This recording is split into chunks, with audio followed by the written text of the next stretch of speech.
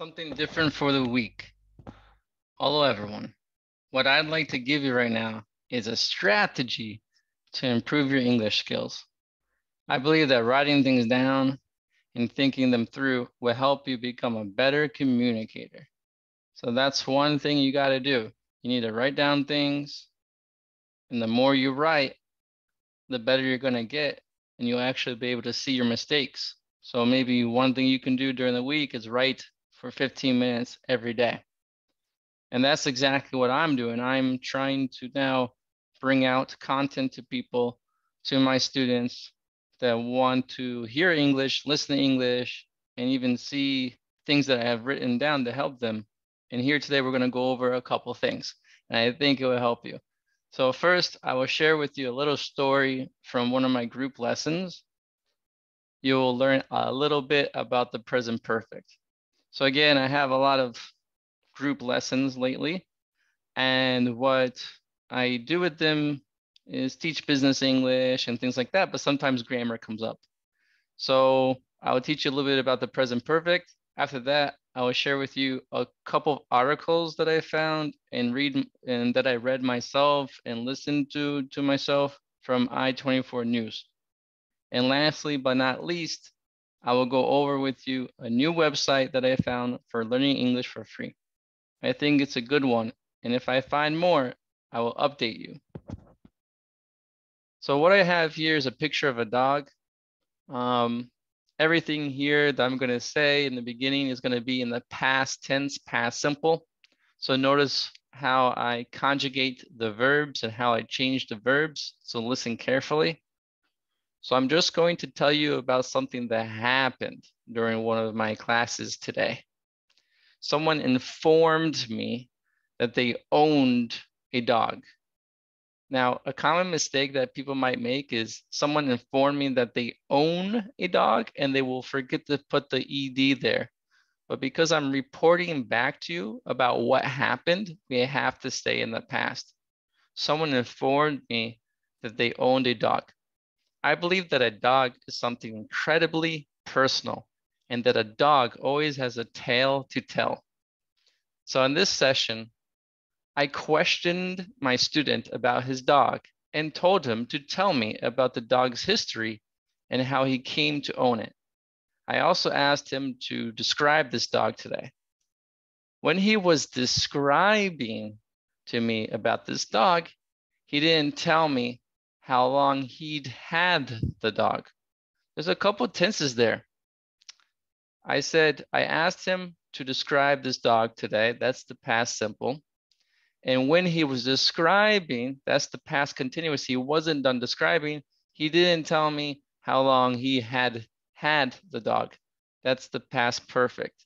The past perfect, again, is something that happened before something else happened in the past.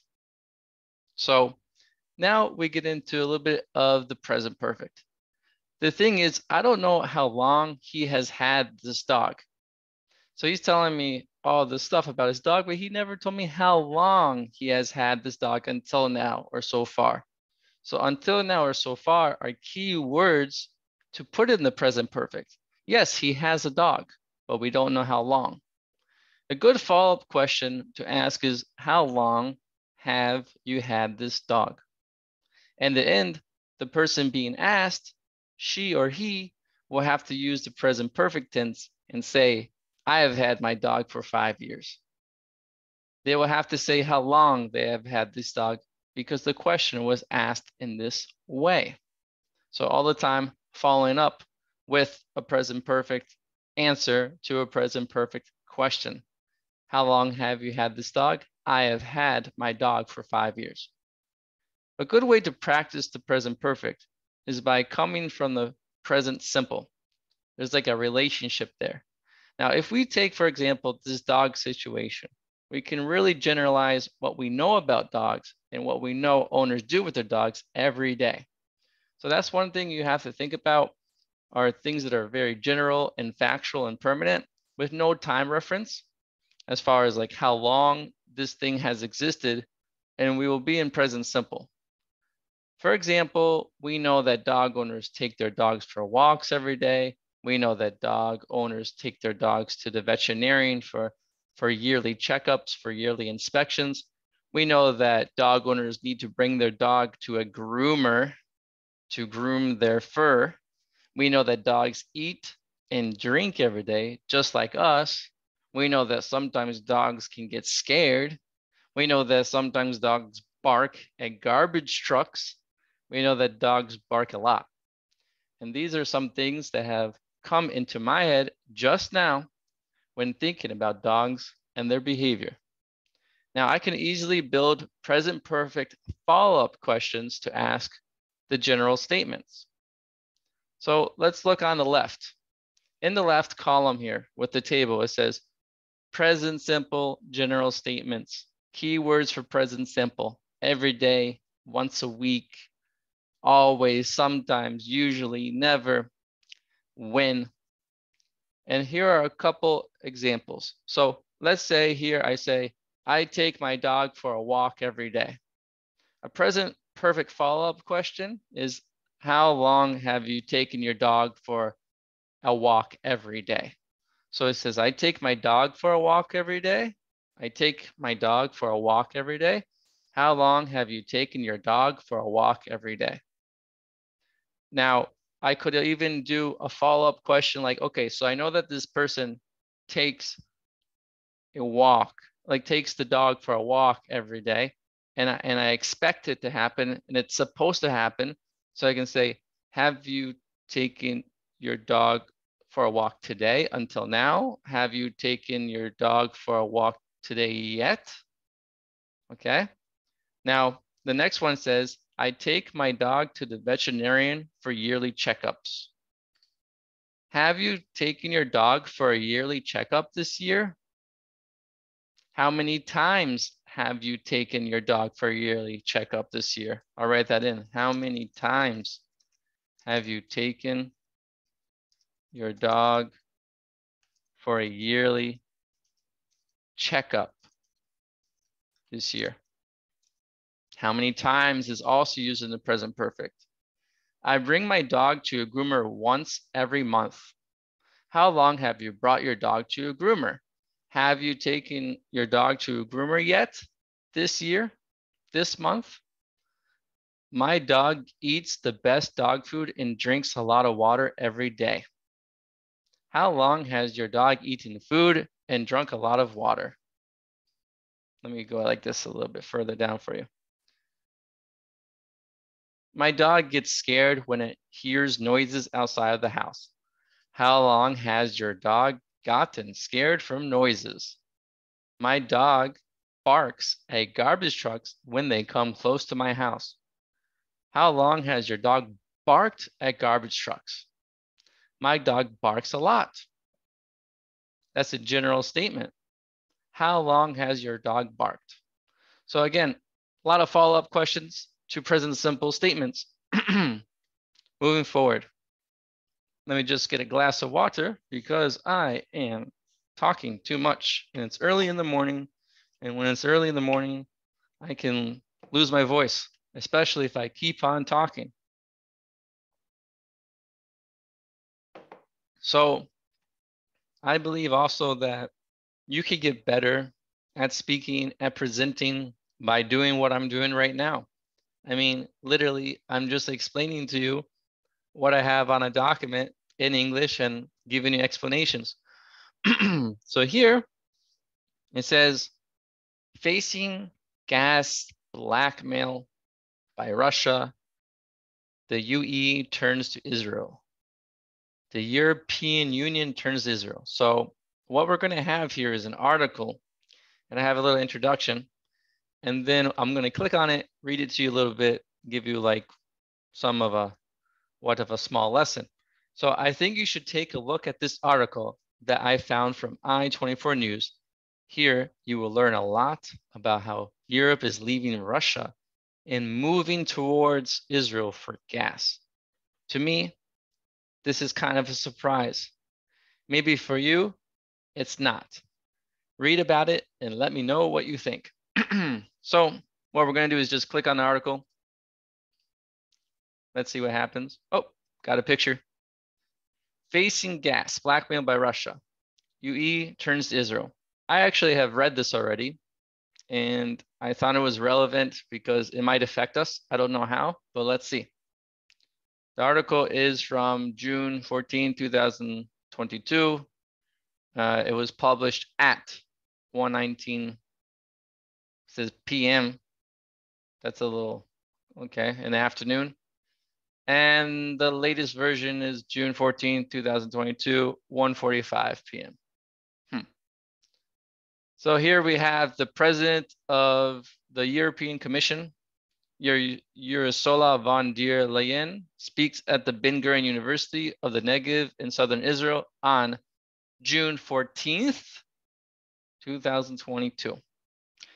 Now that's crazy. I used to live in Beersheba, and I don't remember anybody political speaking at Ben Gurion University, but maybe they do, and I'm just wrong.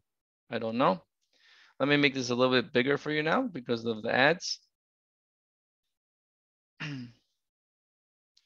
Israel is estimated to have gas reserves of at least 1 trillion cubic meters. The European Union wants to strengthen its energy cooperation with Israel in light of Russia's use of gas supplies to blackmail its members over the Ukraine conflict. European Commission Chief Ursula von der Leyen said Tuesday. So do you guys know what blackmail means? Blackmailing. Blackmailing.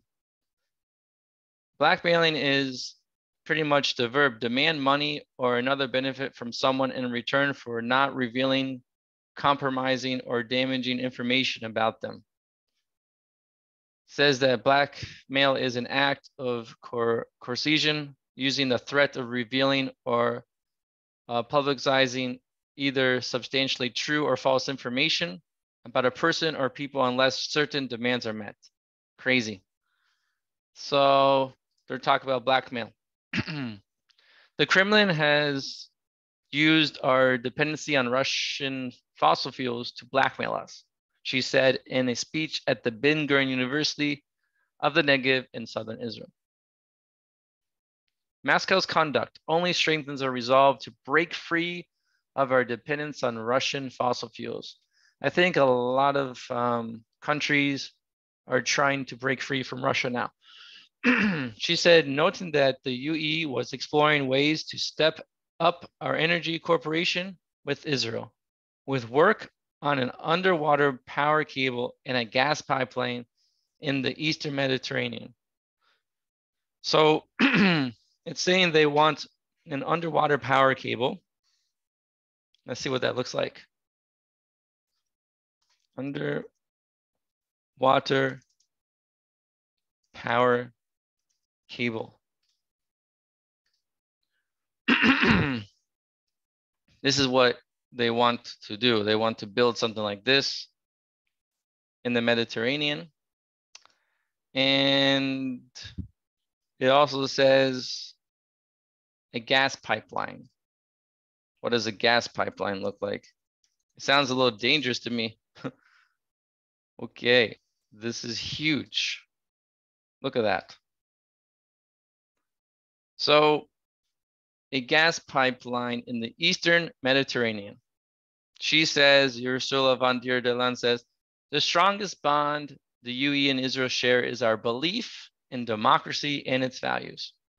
Your freedom of thought has turned a small country of just a few million into a global trailblazer. Trailblazer for science and innovation. Today, more than ever, democracies like ours should stick together. Stick together is to be together, stay together, not leave each other, like glue. Here she is again speaking. We are doing so in facing Russia's war in Ukraine and in fighting the climate crisis. We are stepping up energy cooperation to help the UE break free from Russian fossil fuels.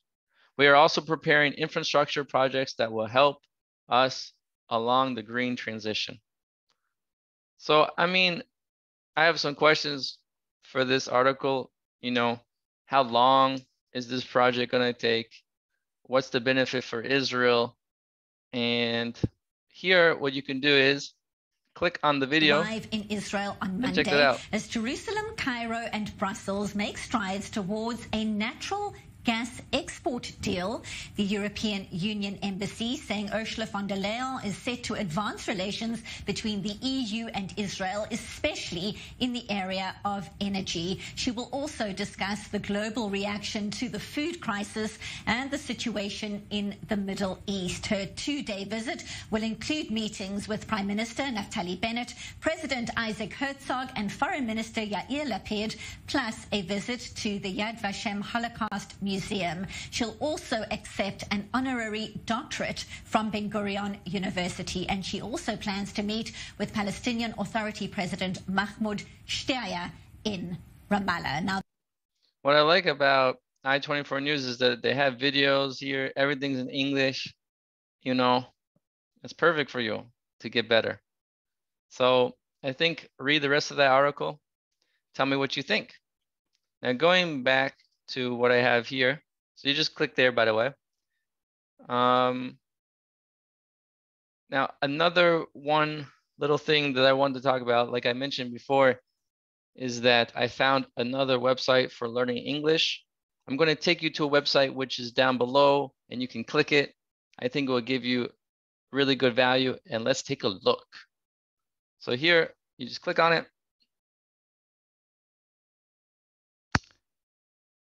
As we look here, it looks like it's located from New York, Manhattan, American English, great.